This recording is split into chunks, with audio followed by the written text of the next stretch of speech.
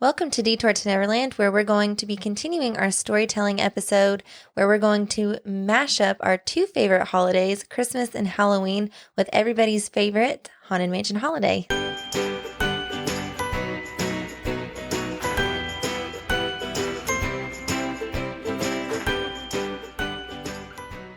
Welcome back to Detour to Neverland. Today is episode number 241. Today we're going to be continuing our storytelling series, and we're super excited for this one. I'd say this is an episode we've talked about doing for, probably a year, maybe. Has it been a year since we started the storytelling series? I don't think it's been a full year. However, it's been kind of a long time coming, I feel like, because ever since we did Haunted Mansion, that was our favorite one that we did part of this series, I think. We even had to break it into two parts. So if you want to go back and listen to that, you might want to hear it before this, but I think we're going to try to present it a way where it's fresh and it's new and you can understand it. But this is one that we kind of circled that we wanted to come back to. And I think it comes back to our Disneyland trip. So this was like, we called it a pilgrimage when we went. We went in October of 2019. Or 2018. 2018. October 2018. And it was like before we even went, we watched the Decorating Disney show that came on Freeform for a while. They talked all about this attraction. I love Nightmare Before Christmas. So I think it was part of our homework beforehand is that I forced you to watch this, right? Yeah. Because I wanted to make sure that you got all the references that you could. Yeah, I had never really seen the movie. It's just not my kind of movie because it always seemed a little creepy. And that's just not me. So we did our homework. We were completely obsessed with the transformation that the Haunted Mansion took in Disneyland. And it just set us up to set our expectations high, which is always a bad idea when you go into things. You never want to have high expectations because you never know what's going to happen. But luckily, it lived up to the hype. And if you haven't caught on, I don't think we've said it yet, but today we're talking about Haunted Mansion Holiday. Oh, I thought everybody knew. They knew. They clicked on the episode. They know. Well, in case you didn't, Haunted Mansion Holiday, we are just super excited. And we're excited to share what we found. So first off, just a little bit of kind of housekeeping before we get started is there is so much information here. And just like in Haunted Mansion, this story is way more detailed than I think anybody realizes unless you've really taken a deep look into it. So we're going to do our best to keep this episode as short as possible. We're not going to break it into part 1 and 2. We can't do that again. So might be a long episode, but I promise that we will try to stay focused and try to present this in an entertaining and informative way so that next time you ride this, next year hopefully, that you will enjoy it more. You'll understand the story more. Maybe it'll convince you to book a trip to Disneyland, whatever it might be.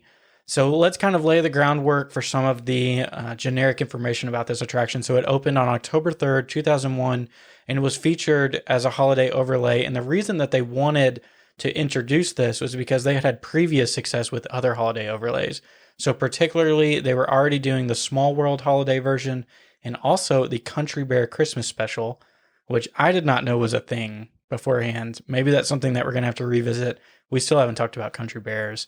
We've kind of avoided it. Infamously not enjoyed Country Bears as much as other people. However, the success of those two attractions had them wanting to do more. And so there was a lot of conversation that went back and forth about how they should attack this. Yeah, so basically the Imagineers were throwing around some ideas. They initially wanted to base it off of Charles Dickens' A Christmas Carol, and it just kind of came back to setting differences. It just didn't mash up the way that they wanted to. So because A Christmas Carol is set in 1900s London and the Haunted Mansion is in 1800s New Orleans, they had a big issue with that. It just wasn't going to work. And then that's when they turned to Nightmare Before Christmas. And Nightmare Before Christmas is just so weird because it's one of those few movies, I think, that has gained so much popularity as time has passed. And so obviously Nightmare Before Christmas came out in the 1990s and it was moderately successful then. But I think even as we passed into the millennium, Nightmare Before Christmas has only picked up more steam. It's like Hocus Pocus. Like Yeah. Hocus Pocus was not a gigantic deal when it first came out, but as the years have gone on, and I think mainly as us millennials like latch onto everything nostalgic, Nightmare Before Christmas has just taken off in popularity. So good on them for having that forward thinking in the early 2000s to pick this attraction. And I think it's really smart that they did that. I think there's also some discussion when you read online is that the Imagineers also just really wanted to work with Tim Burton. And I think it's just a testament that Tim Burton is such a unique mind in the world. Love him, hate him. I love him for some things. I love Night Before Christmas. I hate Dumbo with a passion. But, you can't say that Tim Burton is not pushing the envelope on those kind of things. So I think it worked out well. And Tim Burton has more of an imprint on this attraction than I think we'll realize. So we'll talk about that as we go through it as well. Yeah, so basically, and even to piggyback onto that, I think Nightmare Before Christmas was even more popular in the 90s when it came out than they expected it to be. I think they kind of expected it to be a flop because it was something so different. But even back then, it was fairly popular. But basically, once they decided to do the overlay, they knew that they were going to have to completely change the Haunted Mansion. So I think that's part of why we love this ride so much is because they really do completely transform the space. But in order to do that, it takes time. So the Haunted Mansion has to close in September for about an 18-day time period. Now, we got the 18 days from the Watching the Decorating Christmas special. So I don't know how accurate it is, but that's what they said, 18 days. And it closes from September to January when it comes back down. So they keep it up for both Halloween and Christmas. Yeah. So I mean, I think that's probably where you'll get a lot of people saying it's too long of a time period. 18 days is also a lot of time to transform it, especially since the rest of Magic Kingdom and the rest of Disneyland gets transformed overnight. So you'd almost wish that they could do it quicker than that, but I think it's also just a testament that that's how detailed this is. And I know, like, we got some listener feedback we'll talk about at the end, and a lot of things that people bring up is it needs to start after Halloween. That it's more Christmas focused anyway. It doesn't need to cover both holidays because Haunted Mansion in its original version is more appropriate for Halloween than Haunted Mansion Holiday. We'll talk about it at the end. Okay, we'll save that for later. So then it was also decided at this time when it started to become very popular that they wanted to do this in another park. And their initial thought was to bring it to our side in Walt Disney World. And that was eventually turned down, which at first I was very bummed out about. I was kind of upset because I love this ride so much. And I had wished that they would have made it work. But they decided against bringing it to the Magic Kingdom because Disney World is seen as more of a travel destination, like the once in a lifetime trip, which we've heard before, and it makes a lot of sense. Whereas Disneyland is more of a locals park. And they were doing these different overlays to try to entice the locals to come to the parks more often or to sell season tickets or whatever it might be. And they just didn't want to risk shutting down an attraction like the Haunted Mansion or not allowing those one-time, once in a lifetime guests that experience to ride the Haunted Mansion. So once I kind of looked at it from that standpoint, I understood. But basically what that meant is they had already started making the props to bring it over to Disney World when it was shut down. So they ended up bringing it to Tokyo Disneyland instead. And I think there's an interesting discussion to be had there about did they make the right decision? I mean, I think it's really, so like you said, the argument is that Magic Kingdom and Walt Disney World as a whole is like a once in a lifetime trip, whereas Disneyland caters more as a regional park. I don't know if that's still true. Do you think that's still true? I think that the area around Orlando, maybe it's just because we're here and we can speak to it more. The area around Orlando and particularly right around Walt Disney World has grown up so much. There are so many people moving to Orlando to be locals to Walt Disney World. Obviously, with the Los Angeles greater area in Anaheim, right next to each other, there's already a built-in population. But even that, I still think there's a lot of people taking a once-in-a-lifetime trip to Disneyland. I just don't know how the numbers parse out between the two parks. Yeah, I almost feel like the thought process behind it is just that because Walt Disney World is bigger, like if you are only making one trip ever in your lifetime to like a Walt Disney campus, I don't know if that's what you would A call it. resort. Resort, okay, whatever.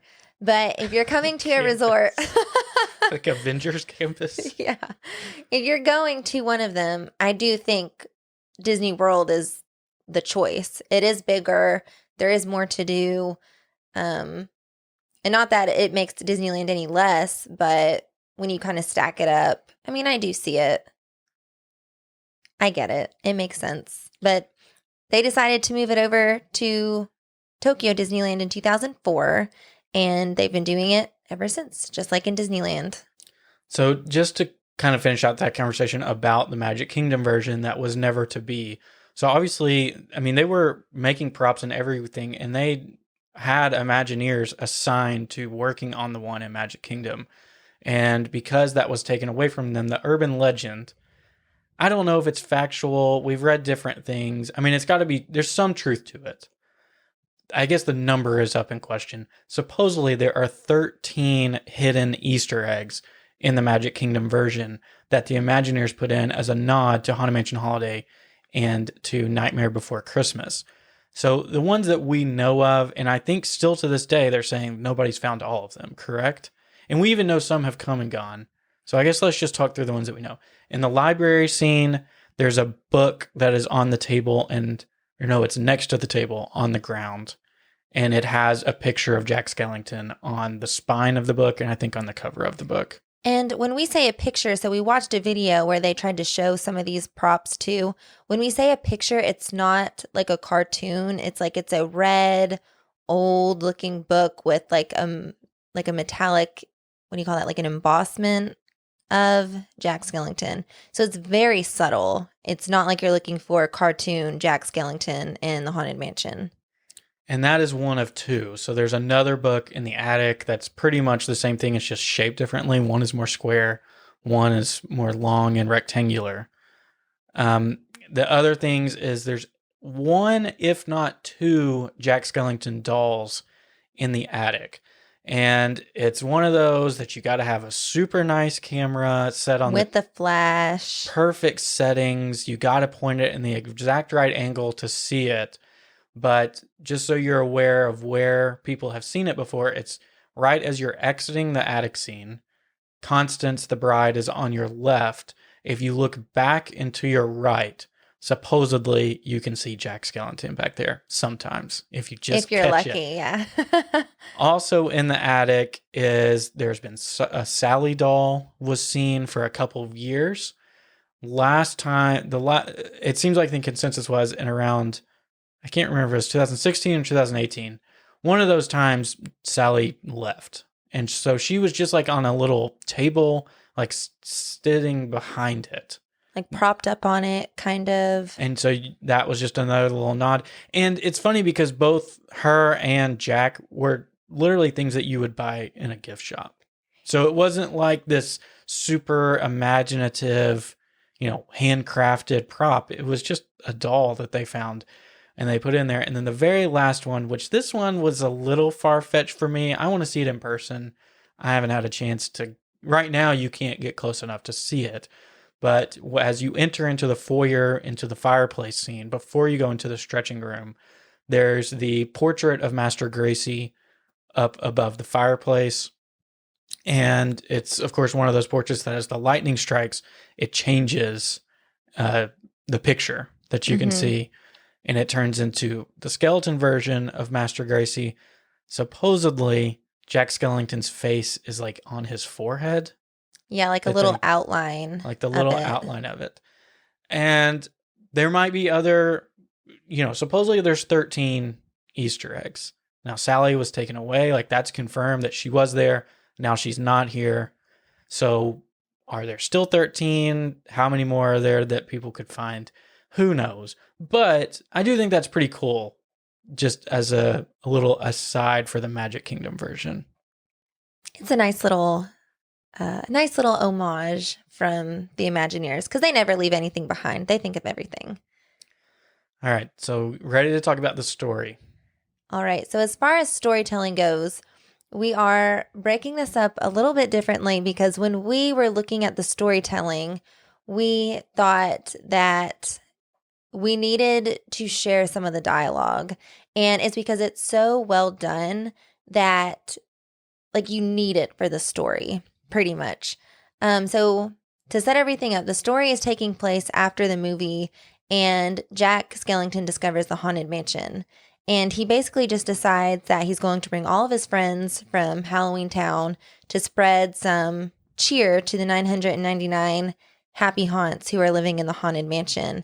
And together, they decorate the mansion with presents, all of their decorations, and they're just trying to create that, that thrilling and chilling holiday experience for them. They think they could use some cheering up, basically. And Jack is up for the task. And I think it's so funny.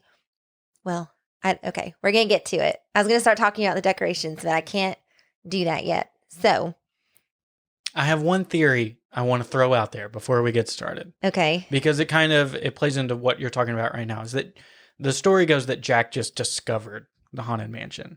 And so my thought process naturally went, how did he discover this? Like, he's the Pumpkin King, Brendan. I understand he's the Pumpkin King, and he's probably drawn to things like this. But I haven't read this anywhere online. I don't know if I'm the original thought provoker on this. If I am, give me credit.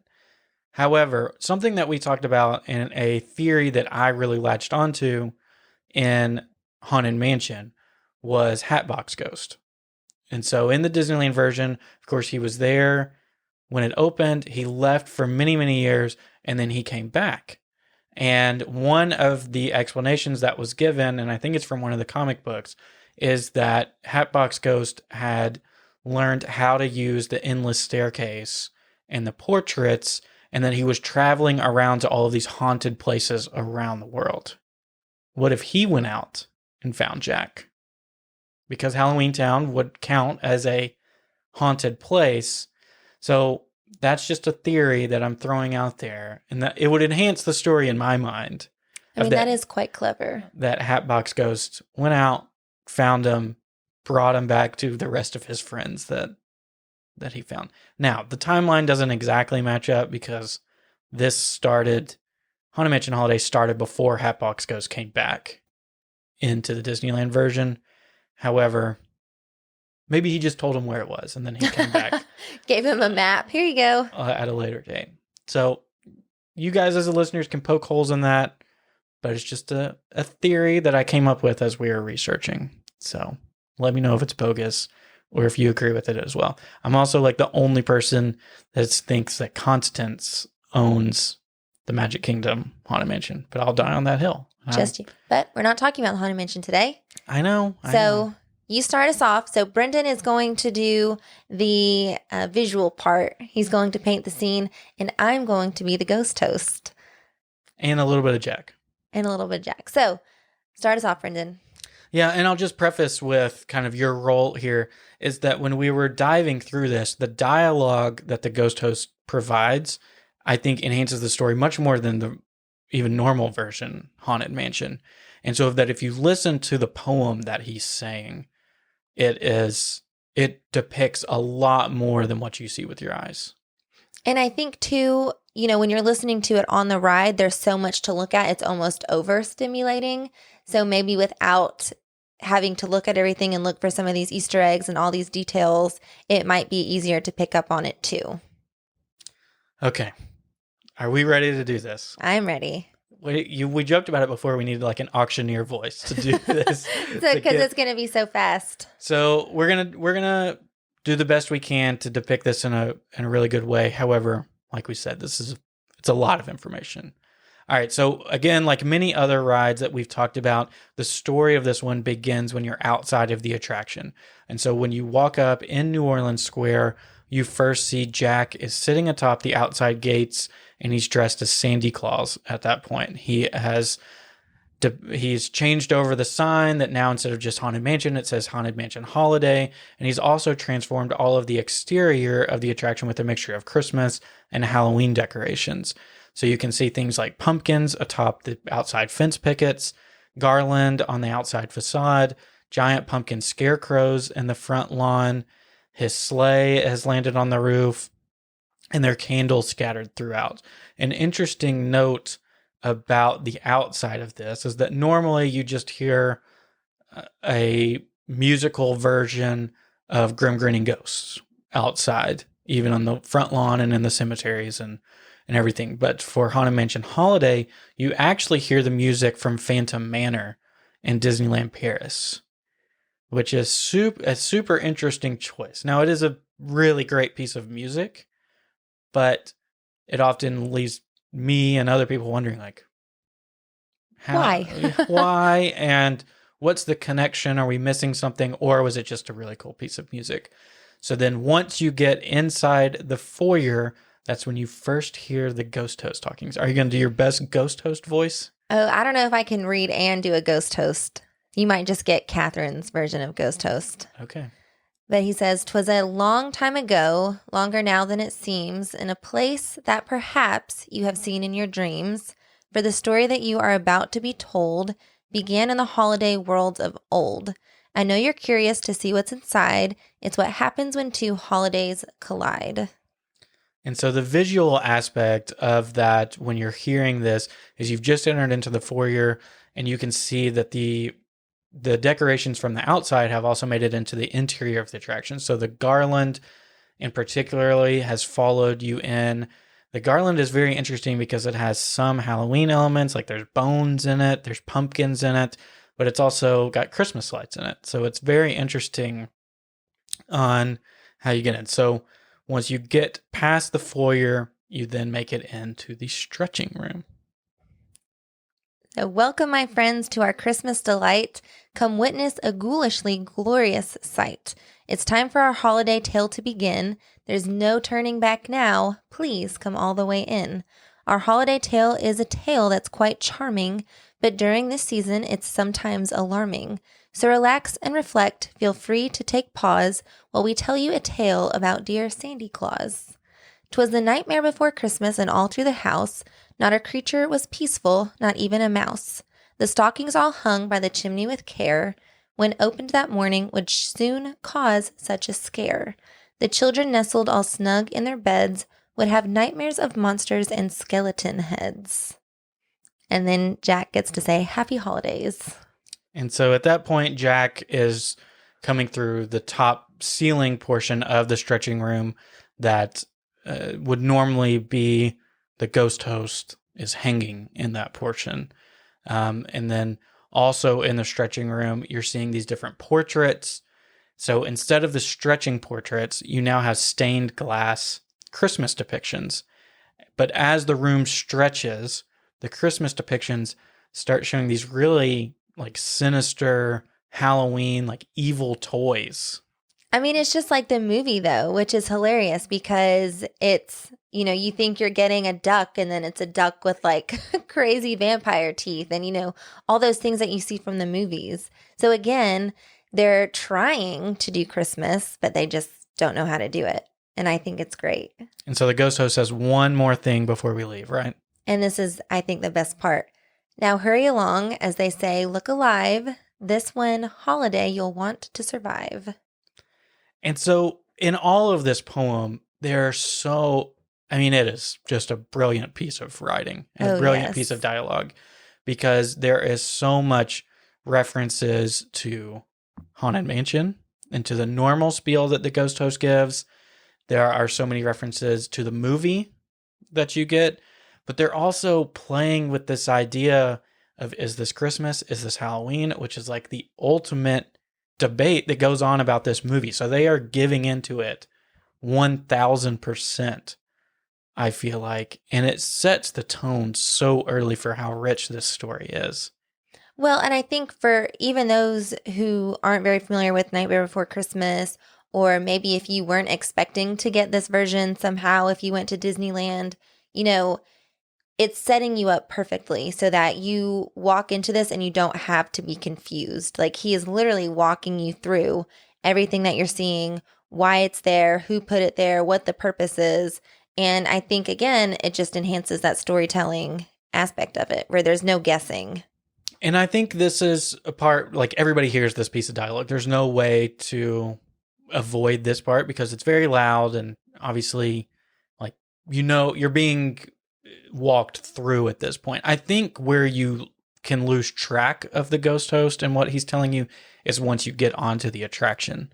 So I think it'll be even more important to pay attention to the dialogue at that point. So after we've left the stretching room, for you Walt Disney World people, if you've not been to Disneyland, the difference here is that the portrait room, the portrait hallway that we would typically see right after we get on the attraction in Magic Kingdom, that's actually a walk-through portion in Disneyland.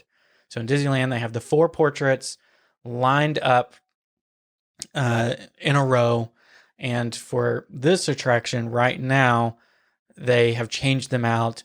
And I think they've been different over the years. I don't think it's been constant every single time bringing them back.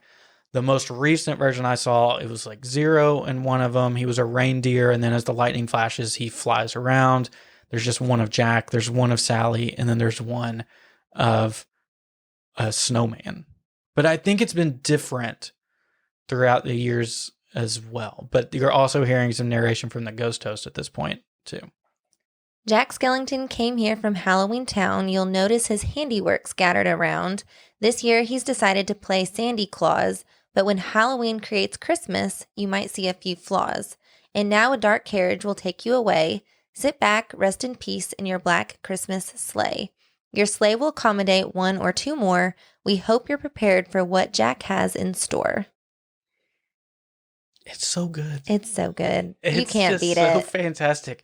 So a couple things in that piece that I think I don't know why. I never realized you were in a sleigh.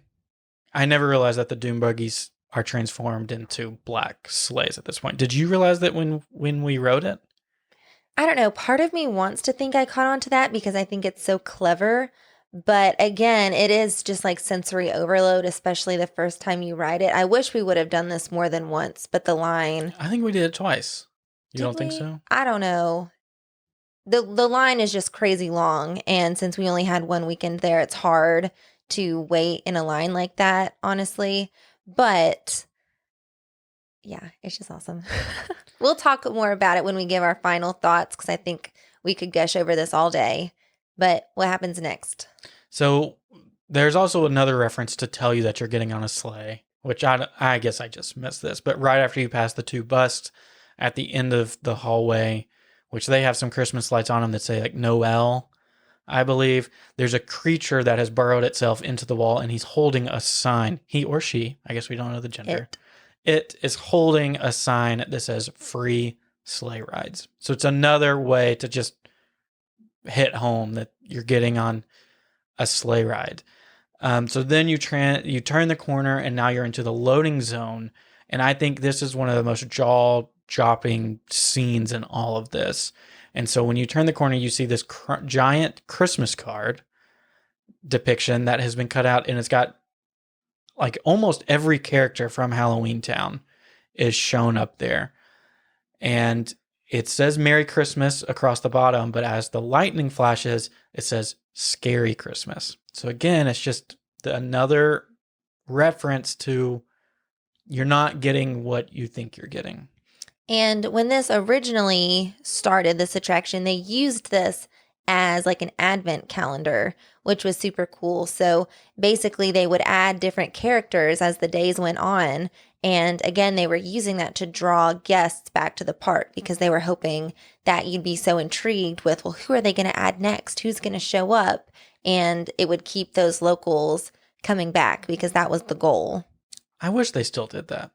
It would be cool. It's a lot more effort, though. It's a lot more effort, and I wonder if it's just something like, surely they've realized more over time that people are coming there for a long weekend vacation, and they're not, there's so many people who are not annual pass holders who are there, and they want to see it in its full version from the very beginning.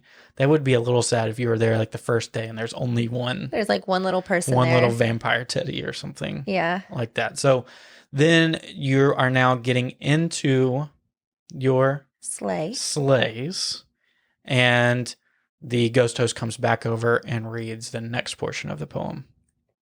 Don't pull down on the bar, it will float down with ease, and keep a close watch on all children, please. All good ghouls and boys must sit safe in their seats and keep in their sleigh all hand, arms, legs, and feet. More rapid than vultures, the mansion was changed. All was soon covered, adorned, and deranged. And what, to your wondering eyes, disappears is Jack's little friend Zero, the ghost dog reindeer. Nothing here was forgotten. It all looked so pleasant. A coffin, Jack says, makes a fine Christmas present. A man-eating plant makes a wonderful wreath, as long as you don't get caught in its teeth. Jack's holiday vision was unlike no other, so ring out the bells, there's more cheer to uncover. And I think it's just more playing into how delusional Jack is that he fully can't grasp what Christmas is, even after the movie has taken place, which I don't know if we've mentioned that. This takes place after Nightmare Before Christmas. Mm-hmm. Obviously, because he's Sandy Claus at this point. But it just, and even later in the ride, Jack is so proud of the work that he has done because he thinks he's bringing all this Christmas cheer. And I think it's even interesting to think about it from the ghost host standpoint, is that they may not know what Christmas cheer is either, the inhabitants of the Haunted Mansion. So there's just so much at work here. And again, I think this dialogue really shows you a lot of what's going on. So as you're hearing that and you're leaving the loading zone, you then go up the stairs where you first see the vampire teddy bear, which is interesting because the vampire teddy bear has a small role in the movie. I don't think he or she has an actual name other than Vampire Teddy. I also don't know, is there more than one Vampire Teddy? Is there a family of Vampire Teddies, or is there just one? And Vampire Teddy pops up multiple times in this attraction. So that's what I'm interested in, is if the same one over and over again, or is it different ones wreaking havoc throughout? But anyway, he's at the top of the staircase amidst a bunch of other presents that have been wrapped up, and he is like teasing you. And so last year's version, he had it like on a fishing pole, and he was dangling it down in front of you in your sleighs. So it's just another part of that story that's being told to you. Well, and again, it also makes me think of Haunted Mansion because he's like playing tricks on you, like Happy Haunts. They love to play tricks. Now that's what these Halloween Town guests are doing, is they're playing tricks. Yeah. So they've all adopted the mantra. Yeah. So next you then transition into the endless hallway, where this is the first time that we see Zero outside of the portraits. And so there are bones going all across the endless hallway, like all up the walls and on the top of it. And then where you would normally see the floating candelabra at the end of the endless hallway, which is, I guess, an oxymoron. Towards the back of the endless hallway, Zero is floating there. And you can see him. He's barking. You can see that, I guess the assumption is that Jack gave him these bones as a Christmas present. I mean, he's a good boy, so Sandy Claus would give him lots of bones. So Sandy Claus gave him these bones, and he's got more than enough to enjoy. After you leave the endless hallway, you then go to the conservatory, where this is where you can see the corpse trying to break out of the coffin. And so normally you can just see him pushing up on it as you ride by. But now it's a little bit of a different scene. His coffin has been wrapped in like Christmas ribbons and wrapping paper and stuff. And there's a vampire teddy sitting on top of it, holding him in. So this is the second vampire teddy. And then another random thing is there's a bouquet of flowers, or like a big plant that has now become a choir. So who knew? I don't think that was in the movie, but Anything is but possible. somehow they've become part of it. So as you transition from there, you then see the grandfather clock that is striking 13 over and over again. But next to it, you can see a note that Jack has left for Madame Leota, and it says, "To Leota, 13 special gifts for you." Now, the full Madame Leota dialogue is very, very long because she goes through the 13 days of Christmas. Yes. So we're not going to include that here. I'd recommend you can search for it for Madame Leota's 13 days of Christmas to read all of that. But essentially, when you're then transition, of course, straight into the seance room, and she's going through that spiel, and all of the tarot cards depicting the 13 gifts are floating up above you. And so the assumption, I guess not the assumption, the story is that each of those were gifts from people in Halloween Town. So there's a gift from Oogie Boogie. I think that's a roulette wheel. There's a gift from Sally's dad, who now I can't remember what his name is. Like the scientist? Yeah, Dr. What is his last name? Anyway. I don't know. I guess Sally's dad is not even the right word. Sally's creator. The evil scientist guy. Yeah. So there, and I think Lock, Shock, and Barrel gave her a gift. And so those tarot cards depict all those. Now, this is a good time to mention they really need to put these tarot cards on some merch. I would buy those so quickly. Posters, whatever it might be, I would buy those so fast. I am surprised there's not more merch for this. You'd think that Disney would be on top of that as far as how can we make money from this special attraction. But yeah, there's really not much out there, which is strange. I guess Jack hasn't gotten into the gift realm. I don't know. Yeah. So in 2001, when they were redoing this and getting it all ready, there also had to be some recasting that had to be done. And one of the main one, the ghost host had to be redone with a new voice actor, but also Madame Leota had to be redone. And I think it's a really cool story, and many of you have probably already heard it because they talk about it on the Decorating with Disney. But Madame Leota, if you didn't know, was originally played by Leota Toombs, who was an Imagineer at Disneyland whenever Haunted Mansion was being built. So when they needed to redo this, they first went to Kim Irvine, who's now like the director of arts for like the whole company, for all the whole parks industry. She's got a big title. Yeah, she's got quite the job. And obviously she's really, really good at what she does. But they asked for her blessing to recast Leota, and she's like, nope, I'm doing it. Or like they asked her to do it, and I think at first she said no because she didn't feel comfortable. Like, she's a behind the scenes person, and she's like, oh gosh, like me, my face, I don't know about that. And they're like, okay, well, we're gonna ask someone else. And she was like, well, no, you're not gonna do that either. So she did it. So basically, Leota Toombs' daughter does it, which is such a nice tribute. I think she's just the face, though. I don't think she does the voice as well. So it's a very distinct voice. You'd almost have to get a voice actor to redo Leota Toombs' exact voice. But it's still a really cool thing. And at the time that the Decorating in Disney show displayed, Kim Irvine's daughter also worked for the Walt Disney Company. So who knows? Maybe someday they'll have another version that they have to get to.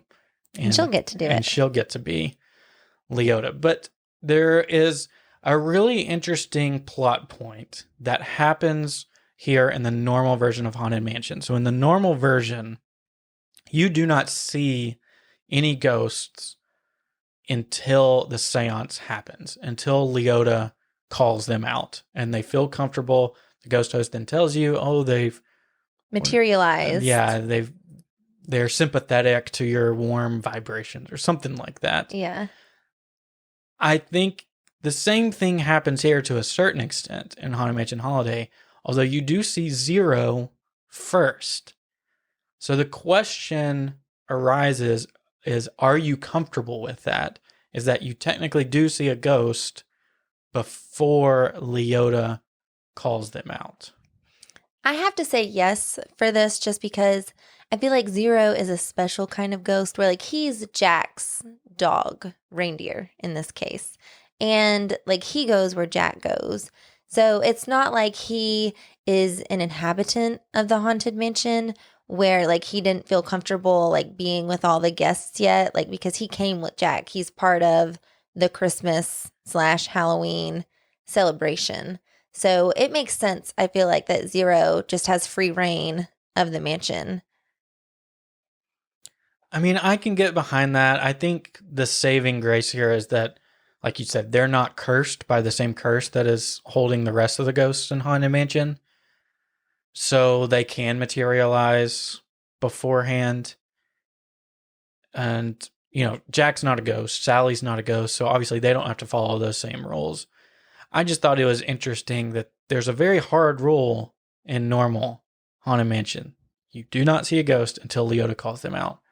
And they make an exception here. But Zero is the exception. well, I mean, he's the best ghost dog I know. So after you transition from the seance room where you see Leota, you then go into the ballroom scene, which I think second to the graveyard is probably the most like eye-opening or one of the biggest changes throughout here. But the ghost host is also welcoming you into this room. So with some treats and some games, you can make a scene merry, while even a gingerbread house can seem scary. All at once, Happy Haunts did materialize, like a nightmarish painting by Currier and Ives.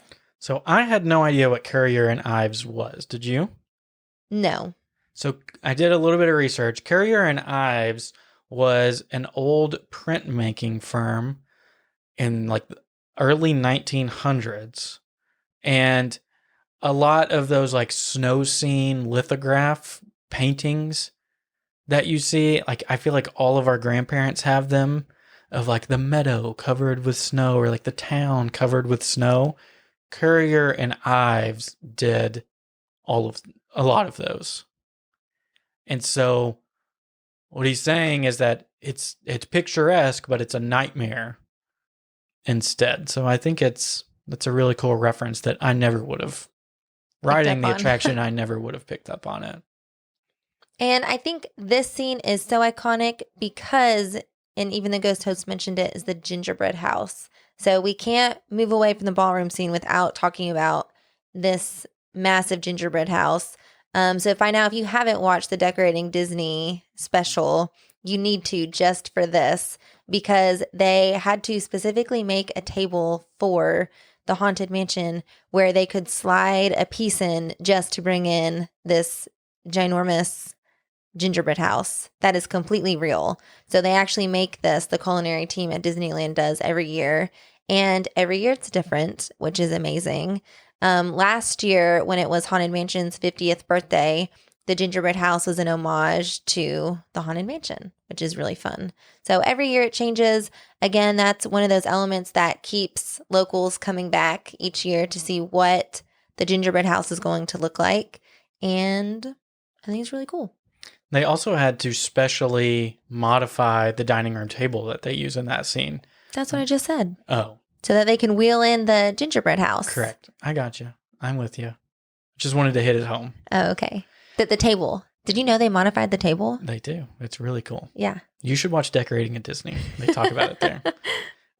Two other things that are happening in this picture. Well, maybe more than two.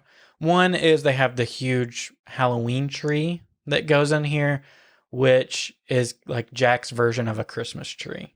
But it's dead. It's dead. It's got pumpkins on it. It's really weird. The next big change that takes place is the dueling portraits that are up on the wall on the far back left-hand corner of the ballroom scene. Normally, you're seeing them come off of their portrait, they're pointing towards each other, and they're firing at each other. The difference here is that now they're pointing out into the ballroom and they're shooting at Zero, who is flying around in that area. The last thing that I want to mention is the music that changes at this point. So at this point, Victor Geist is down there playing the organ, like he always does.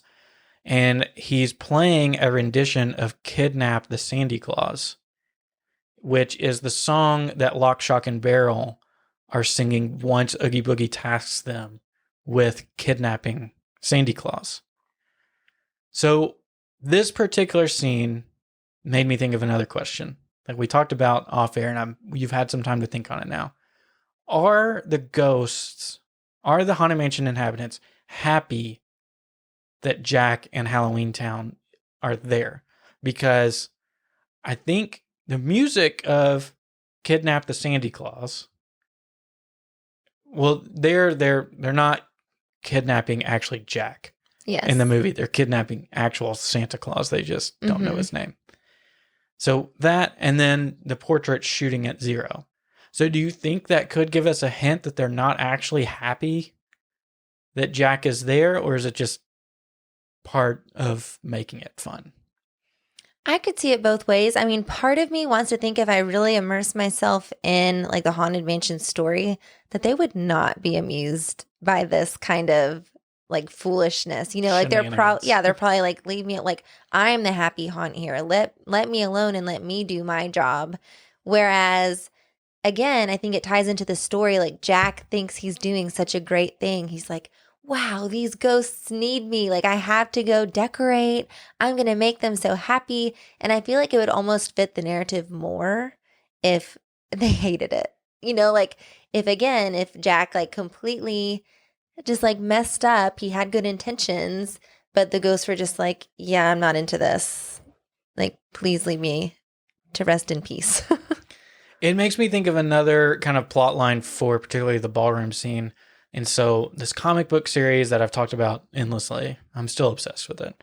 But one part of that story is that part of the curse is that all of the people who are trapped in the ballroom scene are trapped in an endless party. They cannot stop the party. And so I don't know, that's just another thing that plays into this about, is this their way of, they have to play music, they have to keep dueling. Is this their way of trying to get them to go away? I don't know. It's up for interpretation, I guess. Which is part of why we love Haunted Mansion so much. That you can kind of think a little more deep into it, and whatever you think could fit the narrative. So next is the attic scene. The ghost host comes back to us at that point. A bag full of toys Jack had slung on his back. They were strange and bizarre and on the attack. So the attic is really interesting because this is where you find where Jack has stored all of his presents as Sandy Claus for all of the kids. At this point, the music changes from Kidnap the Sandy Claus to now it's What's This in the background. And you pass some jack-o'-lanterns, you pass the long black and orange snake who has, you can tell from his body, he's eaten some of the presents. And when you find him, he is in the process of eating Jack's naughty and nice list. Cool little note there is all of those names that are on the naughty and nice list and all of the tags on the presents are meaningful names to this attraction. So the Imagineers, they talked particularly about two Imagineers, or maybe just cast members, two influential people who had worked on this attraction for years and years. Like their names are never going to be removed. That one of them's on a tag. Mm-hmm. Are they both on tags? I think they're both on tags. And then others are listed on the naughty and nice list of people who have worked on it over the years. So that's a cool little nod. I know a lot of people go in there looking for their own name. So you just got to hope that Imagineer with your name goes in there and works. But it is a little bit sad, I think, is that they have not found a way, at least currently, to work in Constance. Now, she would not put up with the shenanigans. That's probably why. She would behead that snake. She'd be like, get out of my attic. Bye. That's true. Constance probably would not put up with this at all. No. But she is removed.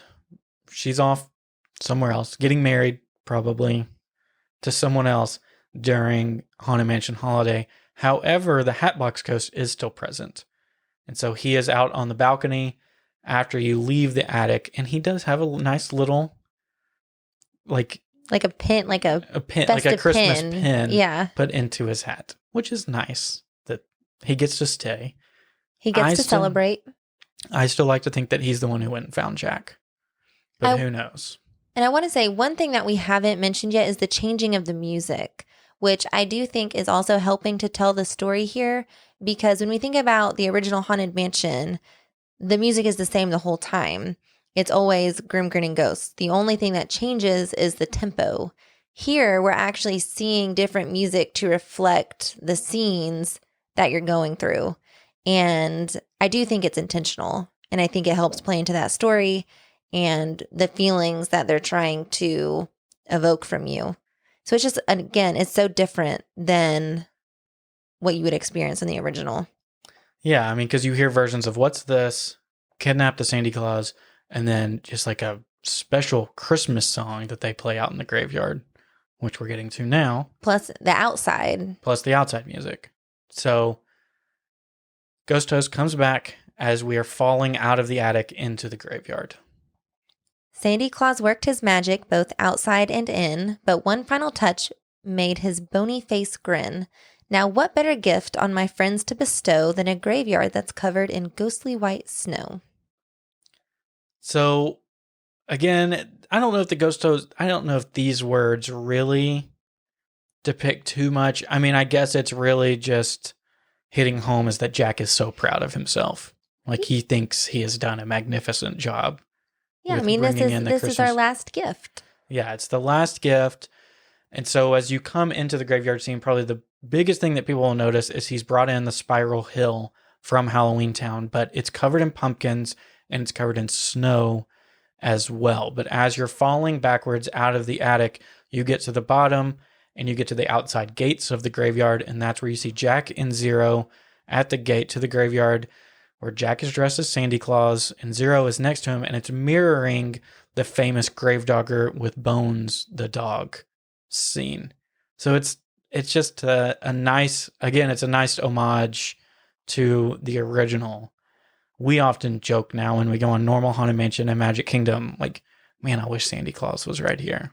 I mean, that is one impressive animatronic. I'm no like animatronic nerd by any means. Like, they don't usually make me very excited, but this one, it to me is jaw dropping because you're coming down backwards. You don't really know what to expect. Like, you know what you would typically see. But again, for me, it's like the first time that we saw him standing there, first time, only time, I don't remember how often we wrote it, but it was amazing. So speaking of animatronics, the other ones that you can see in this area, Sally is also leaning up on one of the headstones. And she is new. I was going to say, she was a later addition. She wasn't always there. So Tokyo had Sally a lot sooner before Disneyland. And I want to say it was last year, if not the year before, Sally got added in. We saw her. Did we? Yes. I know we saw her. Okay, then it was the year before, 2018. And she's leaning up, doing like her typical pose with her head, with her chin on her hands. And it ties it in nicely that it wouldn't be Nightmare Before Christmas if you don't see Sally as well. But as you go through the graveyard scene, a couple of different things stand out is that the music has changed again. Now they're singing this a rendition of A Christmas Carol. And all of the normal ghosts are singing it, but there's also these giant ice angel things. Is that what you would call them? They're singing. They're singing. The singing busts were changed out with new faces to be able to match this as well. And then there's also jack-o'-lanterns singing this song throughout the graveyard scene. Then you get into the finale. This was your favorite part. Jaw-dropping for me. You see Oogie Boogie, where he has transformed this crypt area into Oogie's holiday trick and treats with a giant roulette wheel. And so there's some dialogue here. We don't have the exact one, but essentially he's doing trick or treat with you, and saying, what kind of present are you going to get this year? Let me spin the wheel and find out. And so then when you get to the mirror scenes, you're finding out what your present was. It could be a snake, could be all kinds of other things that Oogie Boogie would give as a gift, but you could also get a trick. And that's where you would see Lock, Shock, and Barrel pop up for their only appearance in the attraction as well. They're on the Christmas card in the front. I take that back. But so those are the 3 trick-or-treaters. And so they will pop up on there that you can see. And they used to be where Oogie Boogie is standing. So they used to be the only thing that you would see in that crypt area. And then Oogie Boogie was added later. I don't know exactly when he was added, but he came along a little later. And I think, again, it's a nice bow onto the end of this attraction. But of course, the best bow, the last scene that we were kind of terrified because we thought they didn't have it or they didn't include it. But after you get out of your sleigh, as you're leaving, Sally is waving goodbye. You can see Jack's sleigh passing above you, and she is the one who is telling you to hurry back. I can't say it in the voice, but hurry back. Be sure to bring your Santa Claus sack. I'll be waiting to open my Christmas present. Hurry back, hurry back. And of course, that's the reference to that little Leota that's there, usually in Haunted Mansion. So it's just perfect. And that's it. Bravo. You did great, Catherine. Oh, thank you. You're a great ghost host. Thank you. But I think just the story as a whole it's so fantastic. And I think an attraction that has such a deep story like Haunted Mansion does on its own, they had to go huge for this and make it as immersive as possible and tell you a really rich, deep story. And I think they accomplished that. What do you think? Oh, yeah. I mean, and I think when you look at like what the Imagineers were trying to pull off, they were trying to give guests that experience where you do get to see those glimpses of the Haunted Mansion, but you also get that complete, Nightmare Before Christmas overlay. And they were really trying to give guests the best of both worlds in a sense. And I definitely think it's more on the Haunted Mansion holiday side. They definitely went all out with that. But I do truly appreciate those little nods that they give you with the dialogue, with like the details that are left behind, with like putting Jack and Zero where the Gravedigger and Bones are. The Gravedigger usually would be. And so I think they did exactly what they set out to do. And I think that's why it's so popular. Yeah, I mean, there is some like marketing stuff or just maybe not marketing stuff, but there's some, their first intention was that you would still be able to follow the story of Haunted Mansion from writing this. I think they failed miserably at that, but I don't necessarily think that's a bad thing. What do you think?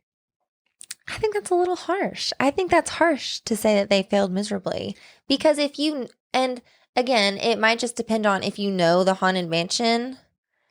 I think you can still follow along. I guess you can get the overall gist of it, that you can get that these ghosts all inhabit this one mansion.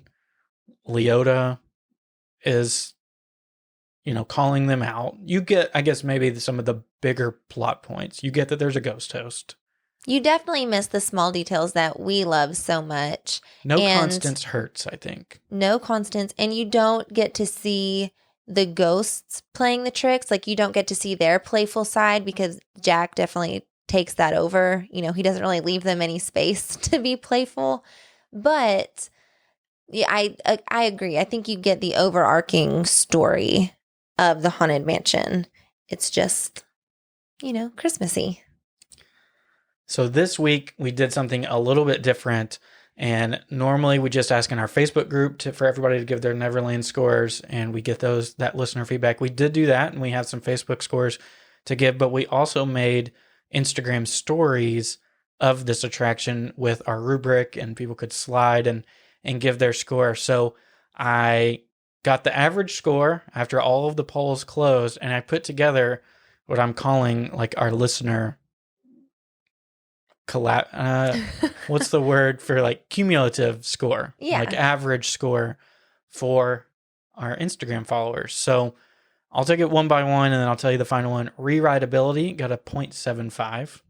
And this is out of a scale. So each one of these categories, the highest number it can get is a 1. Yep. So totaling 10. Yes. 10 would be the perfect score. Rewritability 0.75. Fast pass worthy 0.75. Standby worthy 0.75. Immersion a full 1. Nostalgia 0.75. Leave it or fix it, meaning do you want it to change or are you happy with how it is? 0.75. Thrill factor 0.5. Smile, do you miss it? And is it a must do? All got 1s. So it got cumulatively an 8.25. Which is very good. Which is a very good score for listeners, for sure. And especially this format. I do know I got some messages at the end is that I wasn't clear enough that it was Haunted Mansion Holiday. So some people scored it is Haunted Mansion. So there's a level of discrepancy there. Yeah, there's a plus or minus margin for error, including there. But 8.25, I think, is pretty fair. We're going to get to our scores in a minute. And then we also asked for people to just kind of share their stories about what this ride means to them or just interesting thoughts about it. So we'll just skim through some of these. Our friend Todd said that even though it's been around for a while, it never gets old when it comes out. So he's a Disneyland local. So that's an interesting perspective from his point.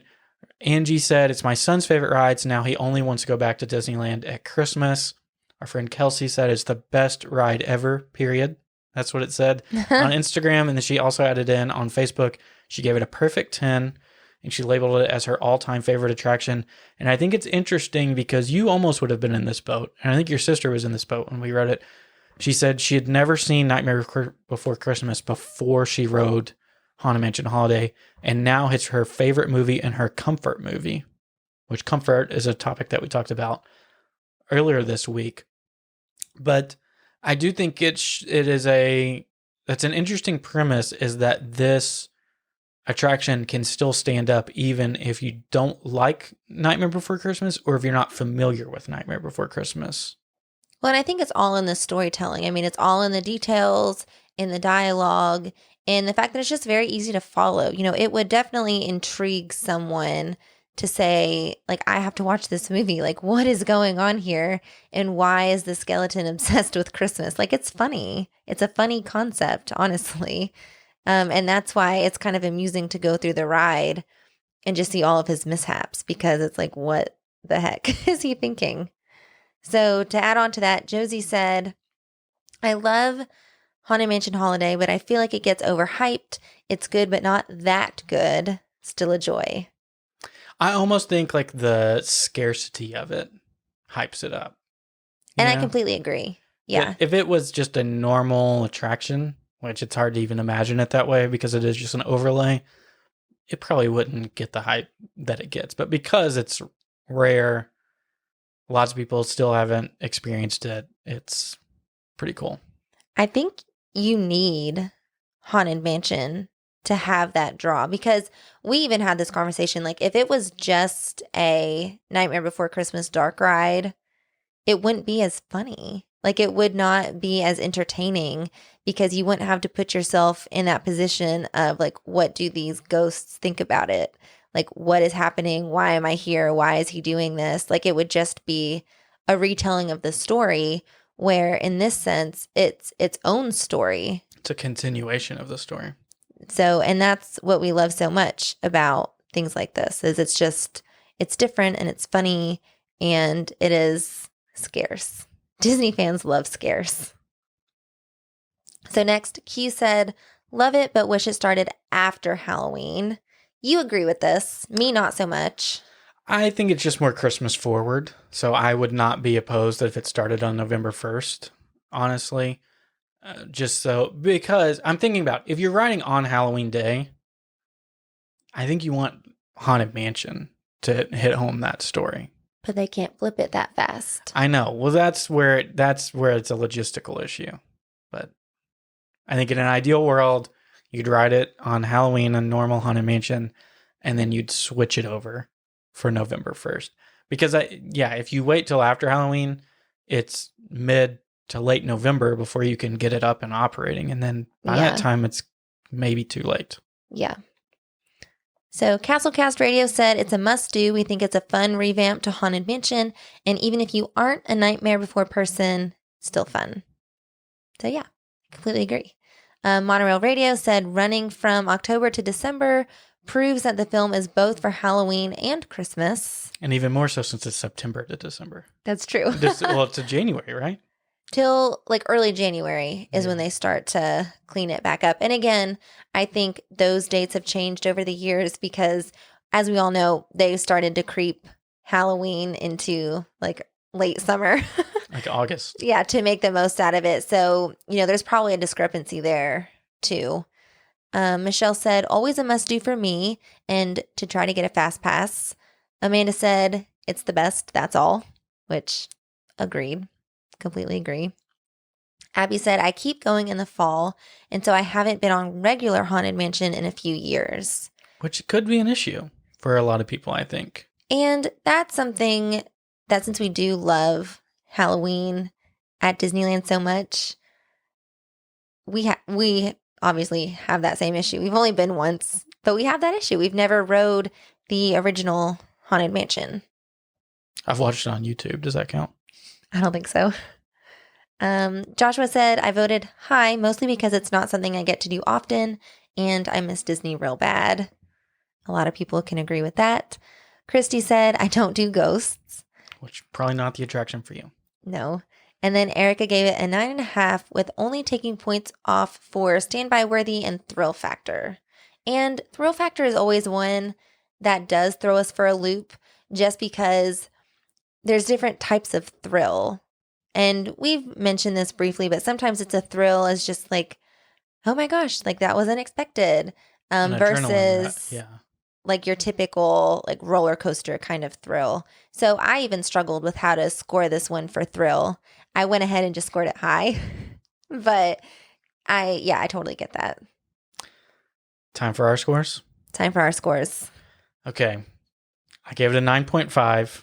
And the only things that I took off for were the thrill factor and the fast pass worthy. And the main thing is because the music that's playing out in the lawn, I could listen to that. The Phantom Manor music, I could listen to that for hours. And I could take in all of that cue, however long it is. Because you're going to be shown different cemetery and plots and everything included with that. And you're going to keep winding back and forth. So I don't mind waiting in this one. So that's the only reason I took off some fast pass worthy points. Fair enough. I think, so I also gave it a 9.5, and it's pretty rare that we do that, but I gave think that might be our highest score since like Everest. Probably. Yeah. And again, I don't know if it's just because this is rare or we're just obsessed with Disneyland. There's a lot of things that could play into this. I think it really is just that good. So besides the thrill, the only other thing that I did not give it a perfect score on is nostalgia. Just because I didn't grow up watching Haunted Mansion Holiday. I only have one. You didn't grow up watching Nightmare Before Christmas, not Haunted Mansion Holiday. Same thing, right? Whatever. Yeah, I just, nostalgia and thrill. Those are the two for me. So what are kind of your final thoughts on this attraction, just to wrap it up? Because, I know we obviously love it. And I think we talked about a lot of the details on why we love it throughout our conversation. But it's so good. Yeah, just to kind of wrap everything up, when I just think about the storytelling, since that is always our main goal as we look at these, it's just done in a way that, it has to be done for something like the Haunted Mansion. They told a complete story. It's easy to follow. This is like storytelling for dummies, basically. Like they make it so obvious that I think, people of all ages can appreciate it. But it also goes deeper, which I think is a point that I'm thinking about. Like it's accessible on surface level, but it also goes much deeper. Like when you think about the details of the dialogue as well. Sorry to cut you off, but You just had to throw that out there. I just think it's an important point to make because I was probably just going to echo the same thing that you're saying is that it's accessible on the surface level, which I think is a big part of storytelling, but it's also, it has so much lateral depth, which I don't even know if that makes sense. Lateral depth, but it Well, has it's so much. thought-provoking. Correct. And that's what we liked a lot about Haunted Mansion. I think that's why Haunted Mansion is so popular, because you can dive into all those different theories and how does this tie into this? How does Hatbox Ghost play into, Jack's overall plan and different things that you might not typically think of, but you can also appreciate the details of the real gingerbread house, the names on the tag, whatever it might be. So there's something for everybody, like for every park goer. There are things about this ride that you can appreciate. And yeah, I mean, they just knocked it out of the park. Any other thoughts before we wrap this up? I'd say that's it. All right. So we thank you guys so much for sticking around to the very end of this episode. We wanted to take a moment and ask you that if you could, we have friends Jason and Ed who are on YouTube and on Instagram as the Traveling Husbands. We've met them a couple times. They are so nice and so kind and so wonderful in this community. And Ed has battled brain cancer and it has come back now. They just moved to Hawaii. And when it came back, they've now realized that right after their move, they have to come back to the mainland so that Ed can get the treatment that he needs going forward. So obviously, anybody in any, facing that is going to face a lot of those challenges, but a financial challenge as well in order to get the care that is needed. But also, that's 2 moves in like 4 months. And so it is more on their plate and more on anybody's plate than anybody can handle themselves. So they have created a GoFundMe to help with the expenses of moving back to the mainland. We shared the video where they explained everything in great detail on what they're looking for help for and what this process is going to look like for them. We shared it in our stories, or you can just head to their YouTube or their Instagram TV to look for it. But we're going to put the link to that GoFundMe in our show notes right there at the top. And if you are able in this season to just spare a little bit to help with those expenses, I know that they would greatly appreciate it. And we would appreciate it as well if our podcast as a listener group could make that happen. So again, we're going to put that GoFundMe link in the show notes. And if you can't donate, just sharing their story and sharing, the process that they're going through is also very helpful as well. So thank you for sticking around for an hour and 13 minutes of this episode. That's perfect. Hour 13. Yeah. Yes. Clock strikes 13. We had so much fun discussing all the storytelling aspects of Haunted Mansion Holiday with you. If you have anything that we missed or things that stick out to you or questions that pop up, please feel free to send them our way. We want to continue this discussion with you. And as always, if you got any sort of information or entertainment out of this episode, we would really appreciate an iTunes review. It is absolutely the best way to help the show continue to grow and to help us find more listeners who would enjoy the show. So, anything else, Catherine? No, just thanks for joining. We hope you have a great holiday season, and we'll be back very shortly.